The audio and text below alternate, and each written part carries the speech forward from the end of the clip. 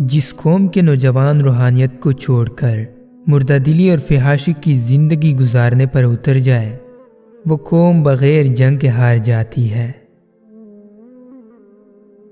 مجھے 1,00,000 عیسائیوں اور ان کی تلواروں سے کوئی خطرہ نہیں ہے، مجھے تو خطرہ ہے ان 1,000 مسلمانوں سے جو شراب کے پیالوں میں غرق ہو چکے ہیں۔ مسلمان کی تلوار پر جب عورت اور شراب کا سایہ پڑ جائے تو یہ لوہے کا بیکار ٹکڑا بن جاتا ہے۔ صلیبی اور یہودی ہر دور میں اسلام کی فوج اور قوم کے درمیان منافرت پیدا کرنے کی کوشش کریں گے۔ جس قوم کے نوجوان بیدار ہو جائے اس قوم کو کوئی شکست نہیں دے سکتا۔ ایک جاسوس دشمن کے پورے لشکر کو شکست دے سکتا ہے اور ایک غدار اپنی پوری قوم کو شکست کی ذلت میں ڈال سکتا ہے۔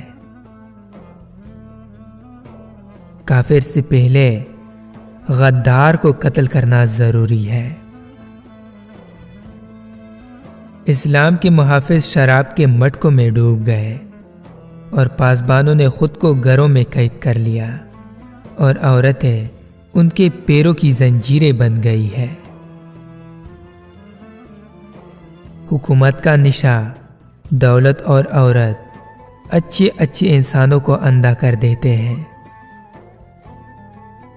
قوم کے شہیدوں اور قوم کی مظلوم بیٹیوں کو بھول جانے والی قوم کی قسمت میں کفار کی غلامی لکھ دی جاتی ہے۔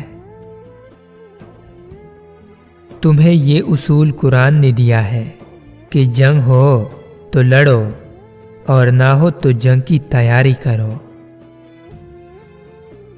حکمران اپنی حکومت کی حفاظت کرتا ہے اور مجاہد اپنے ملک پر قربان ہوتا ہے۔ سپاہگیری اس آدمی کے لیے ایک خطرناک کھیل ہے جو عورت اور شراب کا دل دادا ہو۔ ہمارے زوال کا باعث تخت و تاج کا نشہ اور زر و جواہرات کی محبت ہے۔ کہا وہ وقت تھا کہ ہم دنیا پر چھا گئے تھے اور کہا ہمارا وقت ہے کہ دنیا ہم پر چھا گئی ہے اور ہم آخرت کو فراموش کیے بیٹھے ہیں۔ مجھے نہیں معلوم کہ اسلام تلوار سے پھیلا یا اخلاق سے، مگر میں اس بات کو بخوبی جانتا ہوں کہ اسلام کی حفاظت کے لیے تلوار کی ضرورت پڑتی ہے۔ حکمران جب اپنی جان کی حفاظت کو ترجیح دینے لگے تو ملک و قوم کی آبرو کی حفاظت کے قابل نہیں رہتے۔ میں اپنی قوم کو اپنے رسول صلی اللہ علیہ وآلہ وسلم کی یہ حدیث یاد کرانا چاہتا ہوں کہ اپنے آپ کو جان لو کہ تم کون ہو اور کیا ہو، اور اپنے دشمن کو بھی اچھی طرح پہچان لو کہ وہ کون ہے اور کیا ہے، اور تمہارے متعلق وہ کیا ارادے رکھتا ہے۔ قوم کا ہر فرد اپنی جگہ بادشاہ ہوتا ہے، کسی بھی شخص کو قومی وقار سے محروم نہ کرو۔ آزادی کی تکلیف غلامی کے آرام سے بہتر ہے۔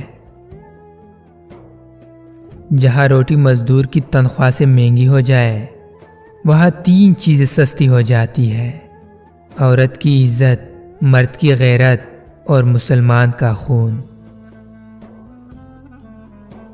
زندگی ضرورت کے مطابق گزارو، خواہش کے مطابق نہیں، کیونکہ ضرورت فقیر کی بھی پوری ہو جاتی ہے لیکن خواہش بادشاہ کی بھی ادھوری رہ جاتی ہے۔ 2 قسم کی لعنتوں سے بچو: مایوسی اور ذہنی عیاشی۔ انسان پہلے مایوس ہوتا ہے، پھر ذہنی عیاشی کے ذریعے راہ فرار اختیار کرتا ہے۔ بری عادت اور اچھے تعلقات کی طاقت کا اندازہ تب ہوتا ہے جب انہیں چھوڑنے کی کوشش کی جائے۔ جس قوم کے شاعر بھی وظیفہ خور ہو اس قوم کے لیے ذلت و رسوائی ہے۔ یاد رکھو فوج بغیر قوم کے اور قوم بغیر فوج کے دشمن کے لیے آسان شکار ہوتی ہے۔ اسلام کو سربلند دیکھنا چاہتے ہو تو دوست اور دشمن کی پہچان کرنا سیکھو۔ مسلمانوں کی زندگی پھولوں کی سیج نہیں، جانتے نہیں ہو صلیبی سلطنت اسلامیہ کو چوہوں کی طرح کھا رہے ہیں، اور جانتے ہو کہ وہ کیوں کامیاب ہو رہے ہیں؟ صرف اس لیے کہ ہم نے پھولوں کی پتیوں پر چلنا شروع کر دیا ہے۔